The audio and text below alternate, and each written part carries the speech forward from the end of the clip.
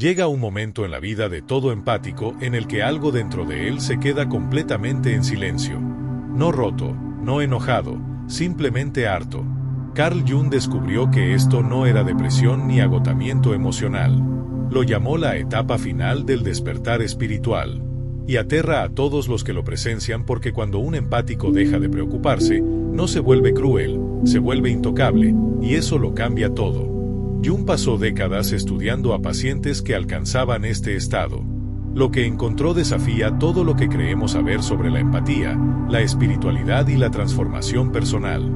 El momento en que el empático deja de preocuparse no es el final de su viaje, es el comienzo de algo mucho más poderoso.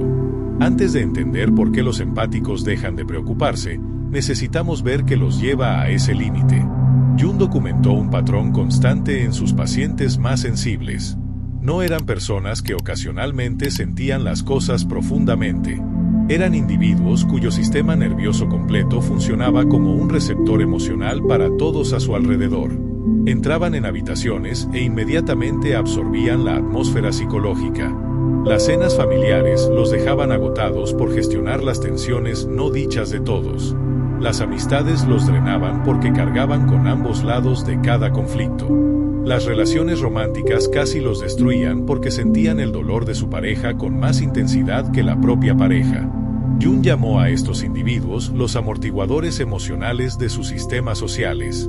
No solo empatizaban con el sufrimiento, lo absorbían, lo procesaban y, de alguna manera, lo transmutaban para que otros pudieran funcionar. Los padres volcaban su ansiedad en ellos. Los hermanos los usaban como terapeutas gratuitos. Las parejas los trataban como animales de apoyo emocional que existían únicamente para gestionar sus estados de ánimo. Y aquí es donde las observaciones de Jung se volvieron tan inquietantes. Estos empáticos nunca se quejaban. Aceptaban este rol como su propósito. Creían que su sensibilidad estaba destinada a servir a otros, que su don los obligaba a sacrificar su propia paz por la comodidad de todos los demás. Llevaban su agotamiento como una insignia de honor, la prueba de que eran buenas personas que se preocupaban lo suficiente como para sufrir. El condicionamiento cultural era profundo. Desde la infancia, habían sido elogiados por ser comprensivos, por hacer que otros se sintieran mejor, por mantener la paz. Cada vez que suprimían sus propias necesidades para acomodar a alguien más, recibían validación. Cada vez que absorbían la ira de alguien para evitar un conflicto, se les decía que eran maduros para su edad. Este refuerzo positivo creó un patrón de abandono de uno mismo que se sentía como una virtud. Pero Jung notó algo que los propios empáticos aún no podían ver. Detrás de su fachada compasiva, su psique estaba guardando registros. Cada manipulación, cada traición, cada momento en que alguien se aprovechó de su amabilidad. La mente inconsciente del empático no solo estaba absorbiendo estas experiencias al azar, las estaba catalogando con precisión quirúrgica. Consideremos a alguien que pasó 15 años gestionando la disfunción de su familia. Sabían exactamente qué palabras activarían los viajes de culpa de su madre. Entendían la secuencia emocional precisa que su padre usaba para evitar la rendición de cuentas. Podían predecir cuándo los hermanos fabricarían crisis para recuperar la atención. Habían mapeado cada juego psicológico que se jugaba a su alrededor con la exactitud de un cartógrafo trazando un territorio familiar.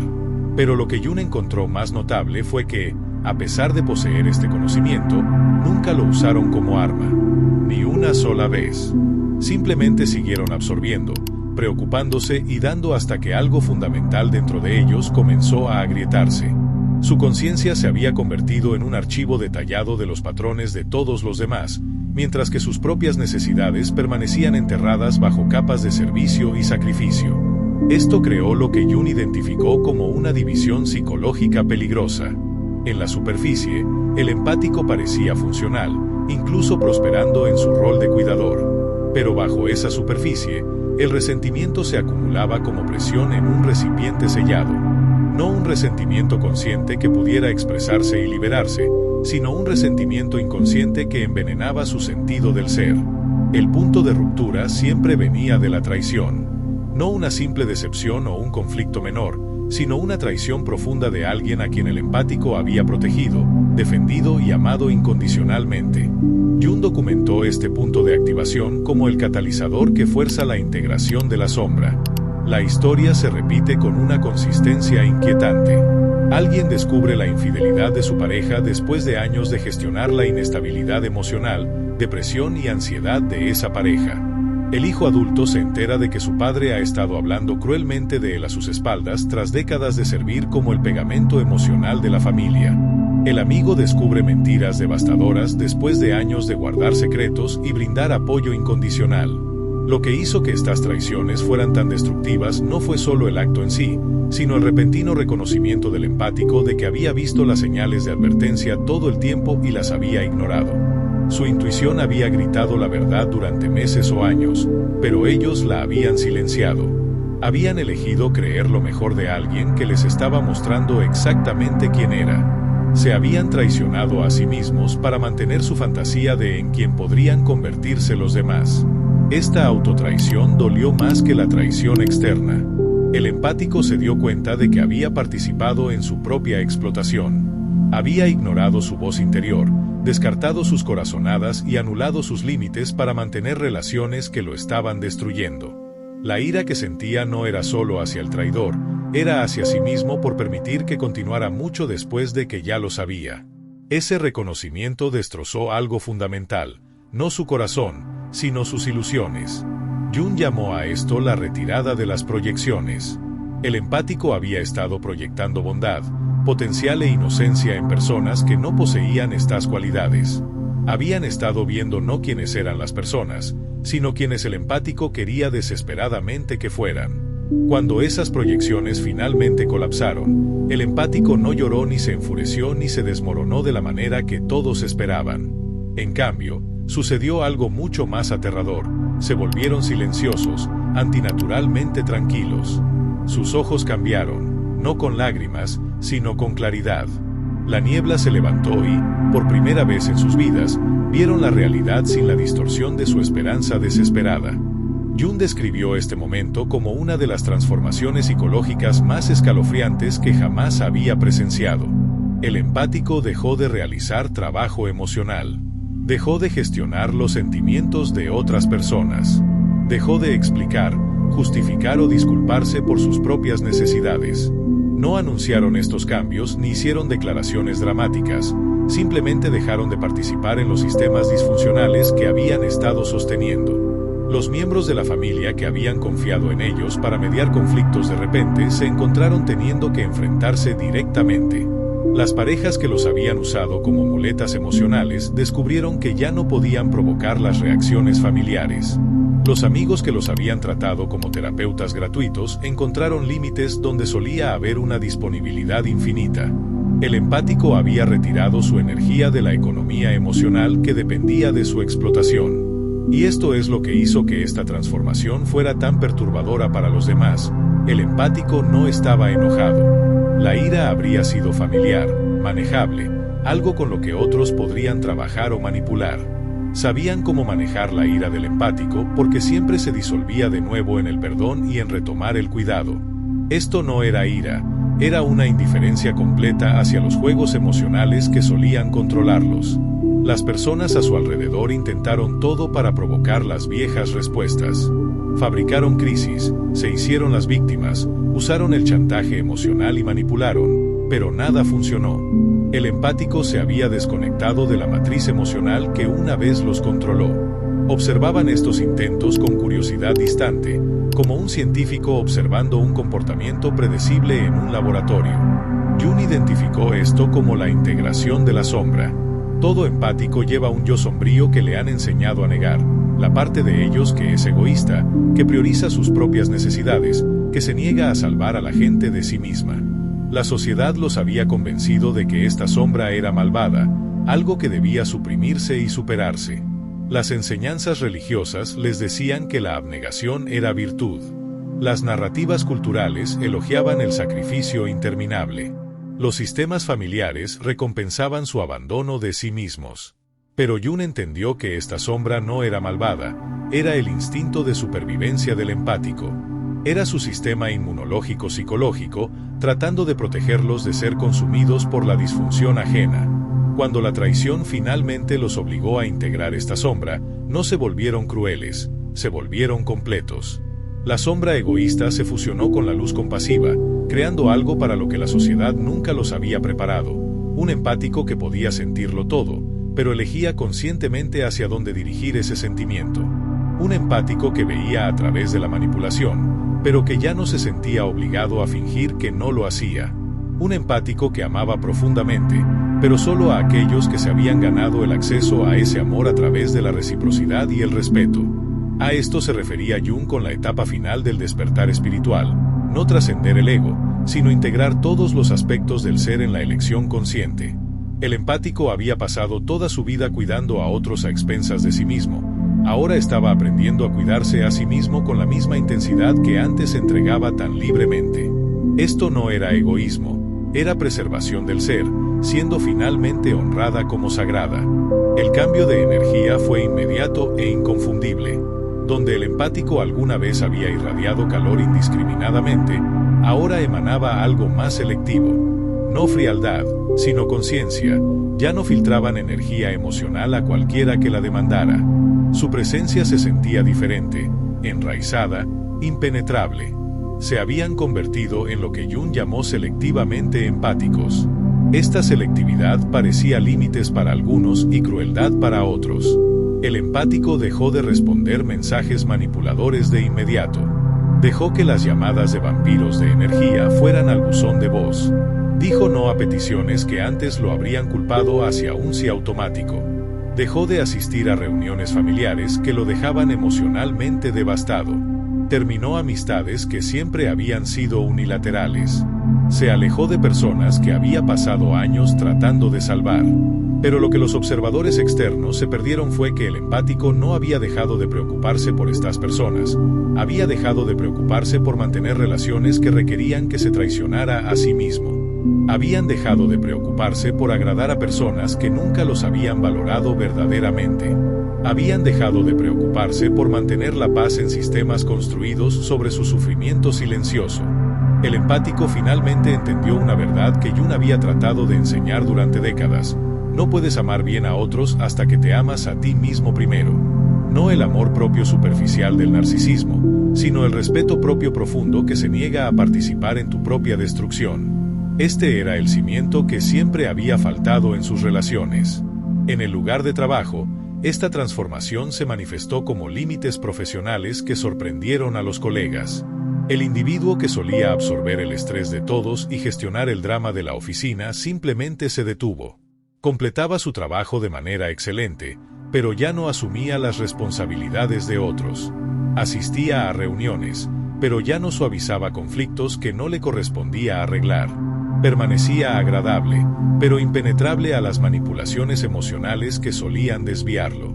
Los gerentes que habían confiado en ellos para hacer el trabajo de 3 personas de repente se enfrentaron a alguien que trabajaba sus horas contratadas y nada más. Los compañeros de trabajo que volcaban sus problemas en ellos encontraron una redirección cortés hacia los recursos apropiados. La dinámica de la oficina cambió porque el empático se había retirado del rol de vertedero emocional universal. En los sistemas familiares, los cambios fueron aún más dramáticos. El empático, que siempre había organizado las fiestas, mediado en las disputas y absorbido la disfunción de todos, dejó de realizar estas funciones, no con anuncios o confrontaciones. Simplemente dejaron de estar disponibles para los roles que se les habían asignado inconscientemente desde la infancia. Los padres que los habían tratado como apoyo emocional descubrieron límites. Los hermanos que habían explotado su generosidad encontraron topes. La familia extendida que los había dado por sentados se enfrentó a una versión del empático que no reconocían.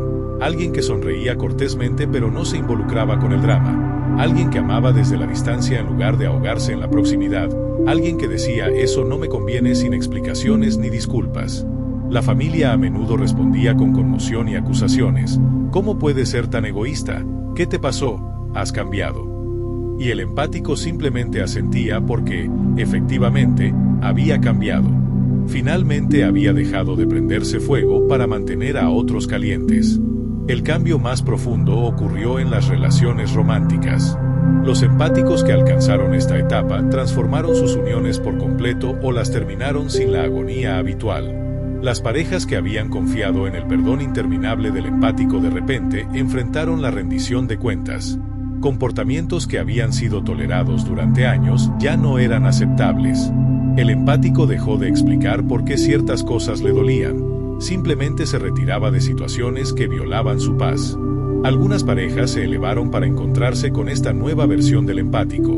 Reconocieron que se habían estado aprovechando de alguien extraordinario y eligieron volverse dignos de esa persona. Estas relaciones evolucionaron hacia algo más saludable, más equilibrado, construido sobre el respeto mutuo en lugar de un trabajo emocional unilateral. Otras parejas no pudieron adaptarse, extrañaban la versión del empático que absorbía su disfunción, gestionaba sus emociones y no pedía nada a cambio. Cuando intentaron viejas tácticas de manipulación y las encontraron ineficaces, a menudo se fueron, buscando un nuevo empático para explotar. Y el empático despierto los dejó ir sin el dolor habitual, reconociendo la partida como protección en lugar de pérdida. Jung observó que esta indiferencia causaba pánico en el círculo social del empático, no porque el empático se volviera malo o vengativo, sino porque su ausencia revelaba cuánta disfunción habían estado ocultando. Sistemas familiares que parecían funcionales se desmoronaron sin el empático sosteniéndolos. Amistades que parecían profundas se revelaron como parasitarias. Lugares de trabajo que funcionaban sin problemas descendieron al caos sin el trabajo emocional invisible del empático. Las personas que se habían beneficiado de la servidumbre inconsciente del empático entendieron de repente lo que habían perdido. Pero para entonces, el empático ya no se preocupaba por su comprensión. Esto no era venganza, era soberanía. El empático finalmente había aprendido que su don no estaba destinado a ser entregado a todos, sino protegido y compartido solo con aquellos que lo valoraran. Jung llamó a este estado psicológicamente invencible. No porque nada pudiera herir al empático nunca más, sino porque habían integrado su capacidad de sentir todo con la sabiduría de elegir sus respuestas. Aún podían sentir el dolor ajeno, leer atmósferas emocionales y percibir verdades no dichas, pero estas percepciones ya no los controlaban. Se habían convertido en el director consciente de su propia empatía en lugar de ser su esclavo inconsciente. Aquí es donde la investigación de Jung reveló algo hermoso y aterrador. Estos empáticos despiertos desarrollaron habilidades que los hacían casi imposibles de manipular. Podían identificar narcisistas a los pocos minutos de conocerlos. Reconocían el bombardeo amoroso, love bombing, las falsas promesas de futuro y el gaslighting antes de que estas tácticas pudieran echar raíces.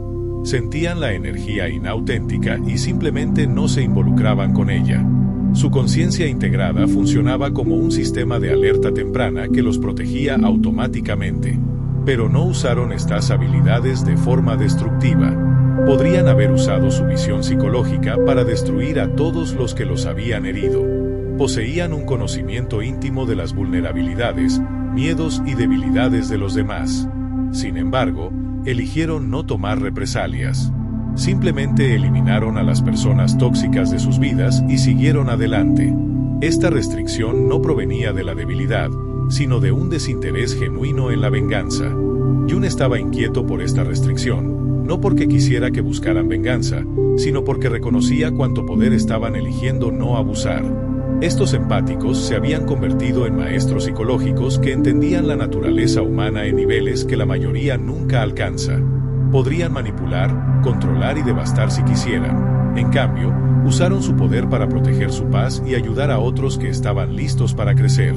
Esta aplicación selectiva de sus dones creó lo que Jung llamó el efecto espejo del empático. Su mera presencia incomodaba a las personas inauténticas. Los manipuladores se sentían expuestos sin que el empático dijera una palabra. Los vampiros de energía sentían que no podían alimentarse y buscaban objetivos más fáciles. Mientras tanto, las personas auténticas se sentían seguras alrededor del empático despierto por primera vez, reconociendo a alguien que las veía claramente sin juicio. El empático despierto se convirtió en un filtro viviente. Su conciencia repelía automáticamente la disfunción y atraía el crecimiento. Ya no tenían que evaluar activamente a la gente. Su presencia integrada lo hacía de forma natural. Aquellos que no podían manejar su claridad se retiraban. Aquellos que valoraban la conexión auténtica se acercaban. El círculo social del empático se transformó por completo sin un esfuerzo deliberado. Jung documentó cómo estos empáticos reconstruyeron sus vidas sobre cimientos completamente diferentes. Eligieron carreras que honraban su sensibilidad en lugar de explotarla. Algunos se convirtieron en terapeutas que podían sostener espacio sin absorber el dolor de los clientes. Otros se convirtieron en artistas que canalizaron su percepción hacia la creación. Muchos encontraron trabajos que permitían la soledad y la autonomía, protegiendo su energía del agotamiento constante. Crearon grupos de amigos basados en la reciprocidad en lugar de en dinámicas de rescate. Cada relación se convirtió en una elección consciente en lugar de una obligación inconsciente. Entraron en relaciones románticas como personas completas en lugar de como arregladores o salvadores. Eligieron parejas que valoraban su paz tanto como ellos mismos, que entendían que el amor no requiere sufrimiento. Todo cambió porque finalmente habían aprendido a valorarse tanto como valoraban a otros. Sus hogares se convirtieron en santuarios en lugar de hospitales abiertos. Su tiempo se volvió precioso en lugar de infinitamente disponible. Su energía se volvió sagrada en lugar de distribuirse descuidadamente.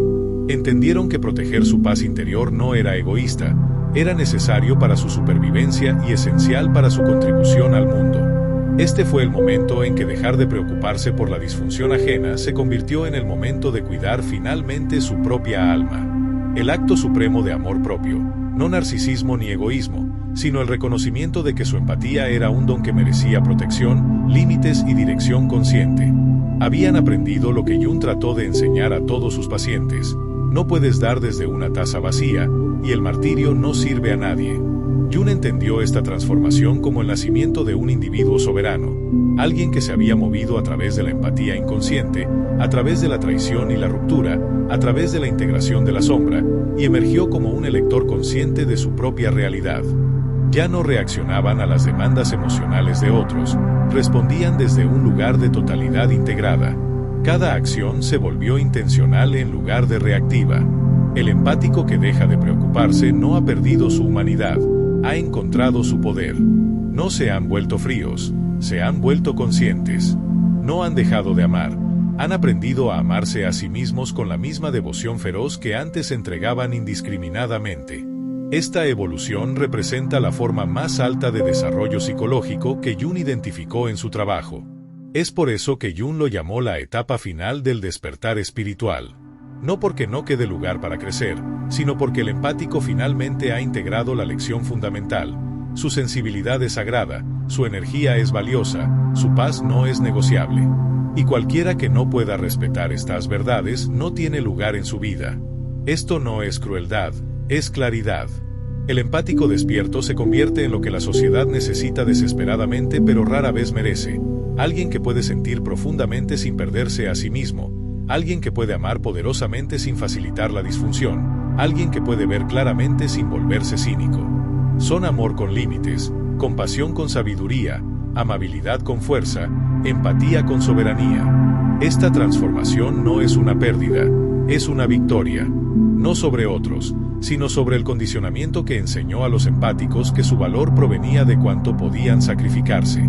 El empático que deja de preocuparse por mantener la paz en sistemas tóxicos ha comenzado a preocuparse por cultivar la paz en su propia alma. Han rechazado la falsa narrativa de que la bondad requiere sufrimiento y que el amor demanda el abandono de uno mismo. El momento en que el empático deja de preocuparse no es el final de su historia, es el comienzo de su soberanía. Y eso es exactamente lo que el mundo necesita más.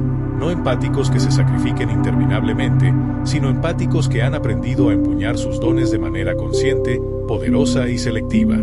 Bienvenido a tu despertar. Te has ganado esta transformación a través de cada momento que sufriste en silencio. Y ahora finalmente eres libre.